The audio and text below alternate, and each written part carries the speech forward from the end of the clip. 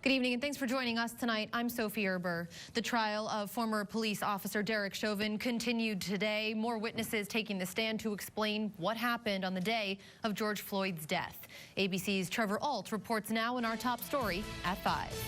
Jurors in the trial of former Minneapolis police officer Derrick Shovin hearing today from Christopher Martin, the clerk at Cup Foods who received the counterfeit $20 bill from George Floyd on the day he died. When I saw the bill, I noticed that it had a blue pigment to it, kind of how a $100 bill will have, and I found that odd, so I assumed that it was fake.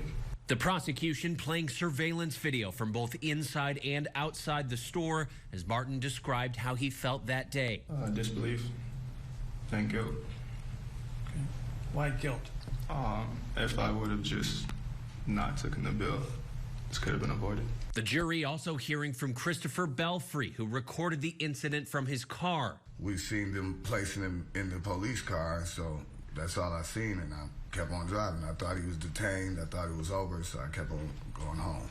Over the past 3 days, the jury has heard from numerous witnesses to Floyd's death, including Genevieve Hansen, a firefighter and EMT who was off duty that day and begged officers to let her help. And when you couldn't do that, how did that make you feel? Totally distressed. Frustrated? Yes. Shovin is facing manslaughter and second and third degree murder charges to which he has pleaded not guilty. The 3 other officers involved in Floyd's death go on trial later this year. Trevor Ault, ABC News, New York.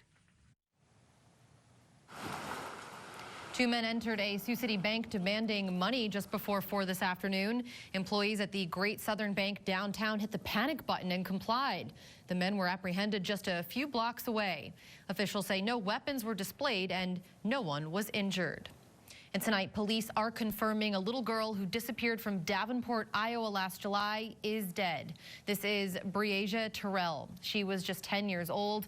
Police are confirming that human remains found in a DeWitt pond last week were those of Terrell. Since she went missing, thousands of dollars were offered in rewards, and authorities received roughly 200 tips related to this case. But by January, leads slowed. The case is now considered a homicide investigation. In Davenport, police identified a person of interest. This is Henry Dinkins, who was previously arrested on charges unrelated to Breasia's disappearance. Beginning next week, all Iowans will be eligible to get vaccinated for coronavirus. But Governor Kim Reynolds says patience will be key, as demand for the vaccine could outweigh the current supply, making it difficult for you to schedule an appointment.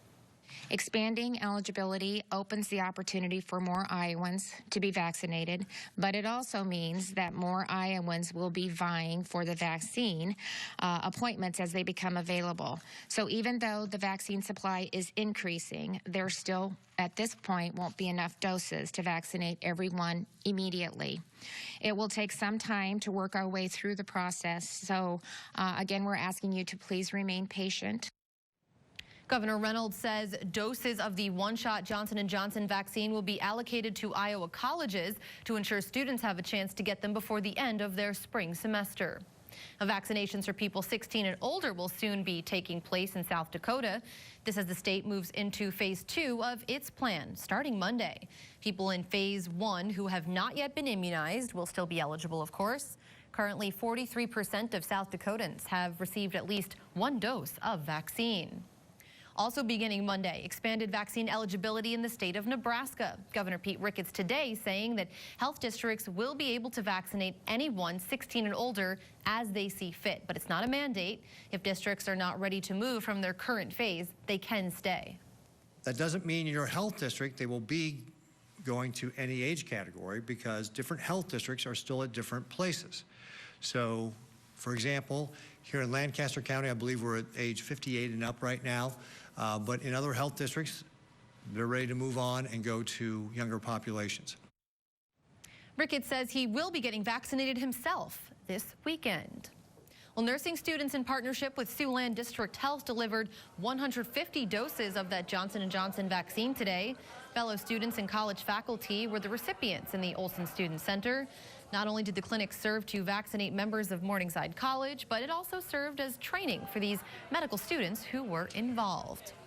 And now that vaccines are available to the majority of people in Siouxland, community members have questions.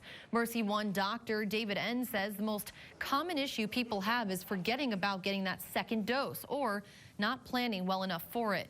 He says make sure you don't schedule a trip or put yourself in a position where you miss that second shot. Now, if you do miss your second dose, it is no longer advised to start the whole process over, but rather contact Siouxland District Health or your doctor for further guidance. President Joe Biden wants $2 trillion to re-engineer America's infrastructure, and it includes more than $600 billion for transportation, something Iowa Senator Joni Ernst says has bipartisan support among lawmakers and could bring positive change to the state's infrastructure.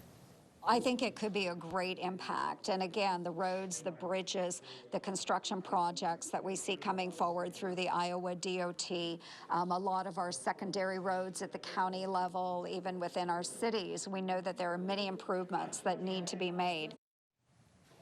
Ernst is currently on a tour of Iowa's 99 counties. Well, it's time tonight for our first check on the weather. Chief Meteorologist Scott Larson standing by. And Scott, you did mention this, but today we had breezy and cold conditions. That's right, Sophie. We woke up this morning with a low temperature of 19 in Sioux City, so more typical of what you would find in January rather than the last day of March. And high temperatures this afternoon, we're only able to step into the 30s and 40s throughout the area, with Sioux City achieving a high of 42, 37 in Sheldon and Orange City, and 41 today for Denison and Carroll. Tonight we'll see temperatures tumble down into the 20s and teens. You can see those wind chills right now. Currently just 32 is what it feels like in Sioux City. So be prepared for some more chilly conditions as we advance through the overnight hours into our Thursday. But again, we are expecting to see some warmer conditions come back soon. And we'll have more coming up in the 9 on 9 forecast. Sophie? All right, thanks, Scott. Contract negotiations are currently underway between the Woodbury County Sheriff's Department and detention offices and Woodbury County. Now, the civilian offices opened negotiations by asking for between 6% to 4% of an increase, depending on the position. And the county has countered with an overall increase of 1%. No doubt about it. The work that they do, it's not easy work. So we need to do what we can to compensate them in a way that's fair to them and to the citizens of Woodbury County.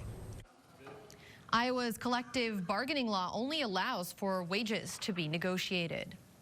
Home prices have been rising at their fastest rates in 15 years, fueled by low interest rates, high demand, and low inventory. The S&P CoreLogic Case Shiller Index measures real estate prices across the United States, and it is up 11% in January. This compared to the year before. An index from the Federal Housing Finance Agency finding about a 12% jump. Well, exercise is known to be one of the best things for our health, but is there such a thing as too much? With more, here's ABC News' Ike Ajoshi. That feeling you get when you break a sweat at the gym or that rush of energy right after a workout? Researchers at the University of Southern Denmark suggest that there may be such a thing as too much exercise. If your exercise schedule ever leads to conflict, withdrawal, or you get sad without it, you may want to talk to your doctor about exercise addiction. As a society, we all want that lean, fit body, and sometimes we may starve ourselves to get it.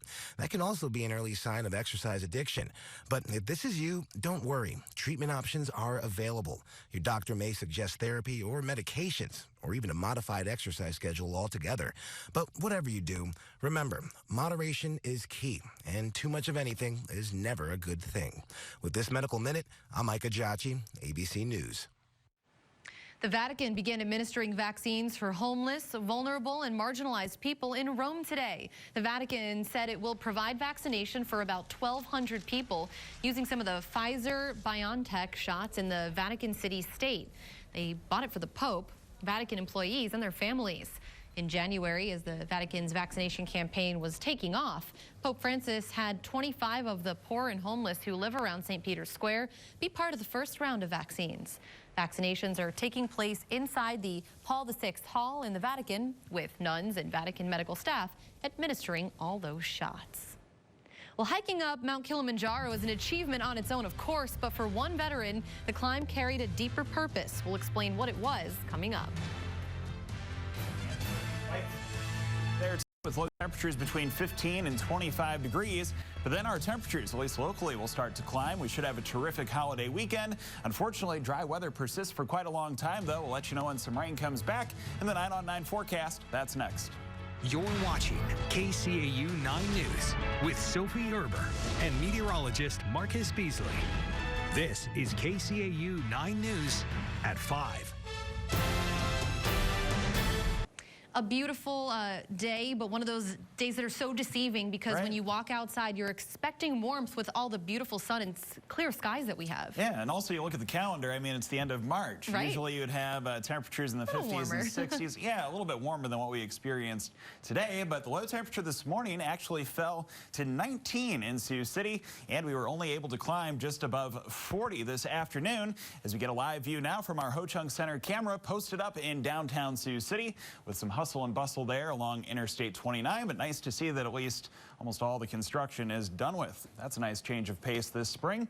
Here's what's going on in Sioux City now. The temperature is 42 out there. We have northwest winds streaming through at 26 miles per hour. 28% is the relative humidity, and the dew point is just 11. Looking at temperatures, they're in the 30s and 40s. The warmest spots in northeast Nebraska, close to 50. Now lining up toward the middle of the coming week, and that could bring a round of rain and thunderstorms before it looks like we cool things off to highs right around 60 next Thursday and Friday. Here's a sign of the times. You can see that we have a nice rainbow there from Anthon, Iowa, thanks to our viewer who passed along that picture. You can see that stretching across the entirety of the horizon. Could be difficult to find too many rainbows, though, so we don't have a whole lot of rain chances in our immediate future. But if you have a great shot like that you want to pass along, go to SiouxlandProud.com and go down to send us your photos. All right. Thanks so much, Scott. We should get some good ones of springtime coming up. I think so. Hopefully, as things green up and the flowers start to bloom, we'll get in some more pictures. I'm excited for that. Well, the day he turned 90 years old, one man decided to celebrate by going on a birthday run. How he continues pushing himself by setting such large fitness goals. That story coming up. But first, the top of the highest mountain in Africa, a veteran honored an old friend, raising awareness for a charity at the same time. We'll tag along on the journey to the peak next. In January, one veteran set his sights on climbing Mount Kilimanjaro, making the climb with him other West Point graduates. Jerry Hayes reports on what made this mission so special. It was, as I had thought, almost as hard getting in and out of the country during the COVID pandemic as it was doing the summit. Fallon, Jamie Brennan, and John Magnus battled the elements of 4 different climates. On this hike, you start off at what's called the farmland zone, the cultivated zone. Then you move to the tropic, like in the jungles, a lot of monkeys and, those kinds of things. Then you move to the barren moorland. Then you move to the alpine desert. Then you move to the Arctic region. The first 4 days were wet and cold. And hats off to being with a great guide that kind of mentored us and made sure we were eating the right stuff, drinking enough water, staying hydrated and stuff like that, and pacing ourselves. Their guides and medics helped them acclimate their bodies to the changes they would face. The higher they climbed, the tougher it got to breathe. The weird thing is the sensation on your face and your hands. You can feel that it's like tingling consistently. And as we got to the higher altitudes, you can feel the lower oxygen all across your body. Oxygen levels were checked daily, and they were so good, they picked up the pace and made the final push a day ahead of schedule. We woke up at midnight. We stepped off at about 1. The view was spectacular. You can see the sunrise as you're coming up. So it took us 9 hours to get to the summit, and it took about 4 to get back down to base camp. Their friend, Johnny Mack, who died in 2010, was with them in spirit. Success was defined as getting someone to the top of the mountain to carry the message for the Johnny Mack Fund, and I think it was pretty emotional for all of us. Running a lap for every year of his life. One man is proving age is just a number. What motivates him to hit the track? Next. A Kansas man is proving age is just a number, especially when it comes to setting big goals for yourself. He turned 90, which is a milestone on its own, but he celebrated in a way most of us would never think to do. Mackenzie Davis introduces us to the man running 90 laps for his 90th. Just a quick warm-up. Then Marvin Hackmeister is on the go. Marvin is a pretty popular guy around the Little Apple, especially if you're a runner. In fact, the Marvin Hackmeister 10K road race, a part of the St. Patrick's Day run, is named after him. The reason? I suppose they did is because Well, there's no one else run that as many years as I have. This is a great accomplishment, but he's done something else to catch the attention of people in Manhattan. Recently, he ran 90 laps for his 90th birthday. I just try to be an ordinary person in life. I don't try to excel in anything, and I don't. Oh yeah, definitely an ordinary person. So how did this annual celebration start? Well, when he turned 50 years old, he was put to a challenge. You run 50 laps. So I said, I'll do it, but I had to work day and night to prepare to do that. And so I run the 50 laps. He didn't stop there. He liked doing it so much, he kept going. Every year, I would increase my lap by my age. He set a goal to hit 75. Then 75 came, and he needed a new number. Eventually, he decided to set a goal of 90 years and 90 laps, making it to both, with a few buddies to celebrate with him. Marvin's very special, and people recognize that. In life, you just want to model yourself after people who have been successful and done well, and obviously he's one of those guys. One of his best, I think, quotes is, if you want to beat your competition, you got to outlive all of them. And obviously, he is doing that by quite a ways. Interestingly, the first time he ran that St. Patrick's Day race was an accident. He was in town for a job interview. This is our look from downtown Sioux City right now. Scott returns with one more check on your forecast. Don't go away. Before we wrap up here at 5, let's check in first with Tim for what's coming up for you at 6. Hi, Tim. Good Wednesday afternoon. Sophie, coming up in just a half an hour. Good news for folks still on the hunt for a COVID vaccine. Find out what governors from Iowa and Nebraska are saying today about the growing number of shots that they'll soon have available in their states. Again, that's at 6. Also ahead, after a season of closures, tourism destinations throughout Siouxland are planning for a bigger and better 2021. Reporter Lydia Vasquez is just back from one of those summer hotspots and shares how businesses there are getting ready for the big push.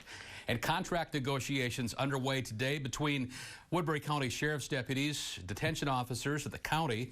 The civilian officers opened up negotiations by asking for between a 4% and 6% increase. Find out what the county is offering in response. That's coming up at 6. And of course, that's when Jake and Scott join you and I. That's right. We'll see you soon, Tim. And actually a very beautiful picture. One of those deceiving looks outside because it looks hot, honestly, with the beautiful sun. It kind of does, but it really isn't right now, Sophie. I probably have to turn the furnace on tonight with a low temperature of 20 under clear skies, but it looks like our temperatures will start to move upward as we turn the page to April, a high of 54 and sunshine for tomorrow afternoon. And we'll carry that into the Easter holiday weekend, 70s and 80s. And it looks like no big changes until the middle of next week. Wow, looks great. Thanks so much, Scott. Thank you for joining us. We hope you'll join us again at 6. And until then, have a great evening, everyone.